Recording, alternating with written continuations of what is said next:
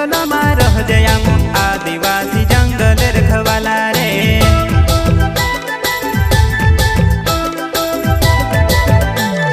चल जंगल जमीन काज पूजे रे आदिवासी दुनिया ने रखवाला रे। बाप देव खतरी काज पूजे रे आदिवासी सबसे निराला रे।